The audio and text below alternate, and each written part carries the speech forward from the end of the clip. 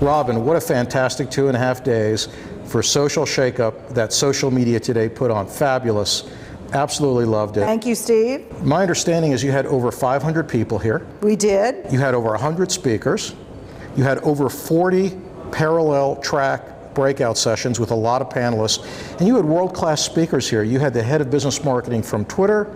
You had the head of social media from NASA. How cool was that? Totally. You had Mark Hatch, who is literally leading the way in the maker movement, and a lot of connectivity to social media there. And you know, our CMO.com readers, our CMOs and all their partners, and obviously social media is a critically important part of what CMOs and their teams focus on. I've got 3 questions for you. First off, take us through the story arc, if you will, of social media. How did we get here? Well, one of the things I thought was a happy accident about our programming this year was that we started with John Yembrick, who's the head of social for NASA. We ended with George Takei, who obviously became famous because of Star Trek. So clearly we've had astronomical aspirations for what we've done and what we've achieved over the last 2.5 days. The story arc, I think, for social as it's played out here is that we all knew that something important was happening in 2004, 2005, 2006, and we all knew that it would have implications for business. And now I think we're at the point where it's almost past the hype cycle, right? It's so much a way of doing business, particularly of marketing. But what we're trying to do at Social Shakeup, and as you mentioned, Mark Hatch and some of the other people who've spoken, what we're trying to do is saying, don't be limited by just thinking that this is a new channel. It's actually even bigger than that. And everybody got excited about it as a channel, but it really has implications for the products that we make. And Mark Hatch talked about that. It has implications for the world in which we live politically. And we had a number of breakouts about politics and social media for social good. It has implications, obviously, for our connections with our customer. And you know, social isn't just about creating that first mile with your customer. It's also about creating that last mile with your customer, where you can engage with the customer to refine your product offering, to solve problems, to really be, you know, the entire customer experience. And so I think that's the arc of it. You know, we've gone from nobody knowing what social media was in 2004 to it being this enormous hype. Now we're in this post-hype plateau, and it sort of drives me crazy that when I hear, oh, you know, social business is over and social media is over, because obviously that's just not the case. But we're finding ever new uses and ever new implications of this ability to connect with worldwide networks in real time. I agree with you, and I think it's so important for people to stop thinking about social as a silo. It's not. I look at social and all the things that were reinforced the last 2.5 days. Social is the new living room. It's where you have conversations, business to consumer, consumer to business, consumer to consumer. And in your opening keynote, you said that the CMO of the future is going to come out of the social world. I really believe this. If you look at the skill set that's now required to be a marketing leader, it's not just about being able to quantify and measure, as important as that is. It's not just about creating the right story, but it's also understanding the implications of data. It's being a leader within the company to explain the company's purpose to a global audience. And we know that purpose is intrinsic to the success of being able to sell a product, right? And then I think last but not least, it's also being the voice of the customer internally and taking that voice deep into the DNA of the enterprise. Very important in today's world. So we could chat here for an hour.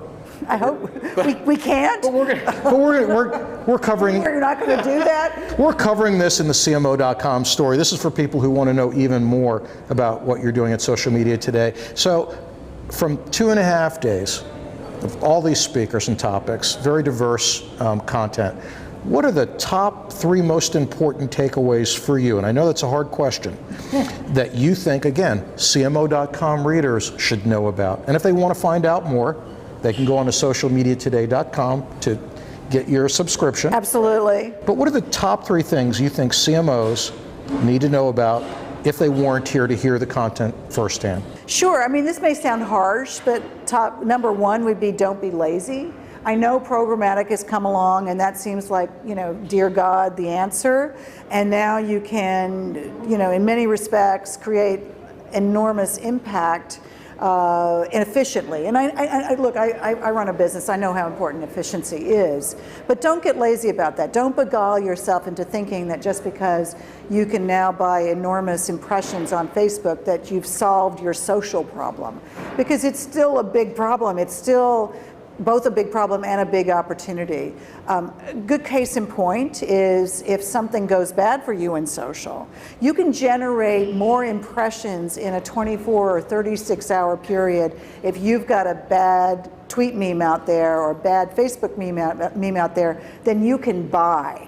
So be sure that social is something that is baked into your customer service. Make sure that even if you don't have customer service reporting to you, that you're getting those analytics out of customer service and you've got a good dialogue with that side of the enterprise. And then I think thirdly is you're going to have some amazing people working for you for whom this stuff, and they don't have to be millennial. They could be, dear God, in their 50s. But for whom? Heaven forbid. Yeah, heaven forbid. Well, but they could also, but the reason I think that they could be very valuable to you is that they have a mindset that Dana Middleton talked about, which is less about, sort of straight line, tactical, conquer this, target that, but it's about a collaborative process that she talks about. She uses this sort of gardening metaphor, which I appreciate as a gardener as well, but where it's less it's less one directional, but much more multi-directional, and where you see your results over a period of time, and where you see results because you've been able to inspire others to sort of grow and help you in your mission. It's a very different way of thinking. It's much more open sourced. Yeah, totally. It's very refreshing. And nimble, right? Because you may get water one day and you might not get it the next, And flexible and agile. Yes. It's just it's very refreshing. And I've been in this game a long time. It's very refreshing. Lastly, what most excites you about the future of social media? Well, I think what excites me the most is that we're not just sort of thinking of it as social media anymore. We're really thinking about it as an entire approach to business, and we're looking at the implications for business models, particularly being driven by the collaborative economy companies. So I've always embraced social in a very complete, I think, in a bigger way than just like whether Facebook's on first or Twitter's on first or I think that for me, and I've been in business all my life, this is so exciting because it's truly transformational. And I do believe that we're making businesses that are better, and not just because we're being more social, and not just because we're being more digital and we're online and we're authentic and all that sort of thing, but really because this stuff has the power to solve real problems. And let's face it, the planet is in pretty shitty shape.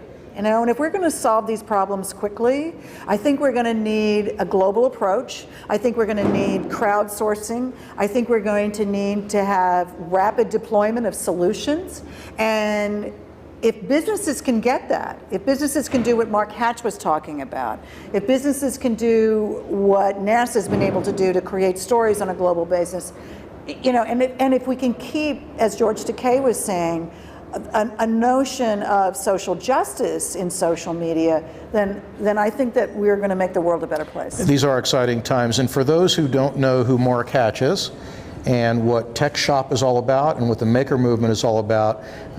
He'll be in the story so you can learn more about him, but I loved his phrase of cognitive surplus. I loved it too. That's a big idea, and what they're doing in the Maker Movement. I don't have any cognitive surplus. Well, because you've been busy the last 2.5 days. You've used your surplus. Oh yeah, and then some. But we're getting the last bits of that surplus out of you here. But that is a powerful way of thinking.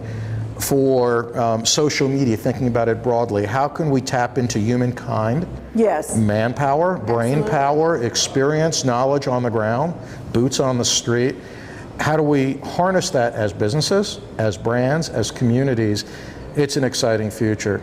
So Robin Carey, founder, CEO of Social Shakeup and Social Media Today, thank you so much. Thank you so much, It's a Steve. pleasure to be here. Read all about it on CMO.com very soon. Thank you. Thank you.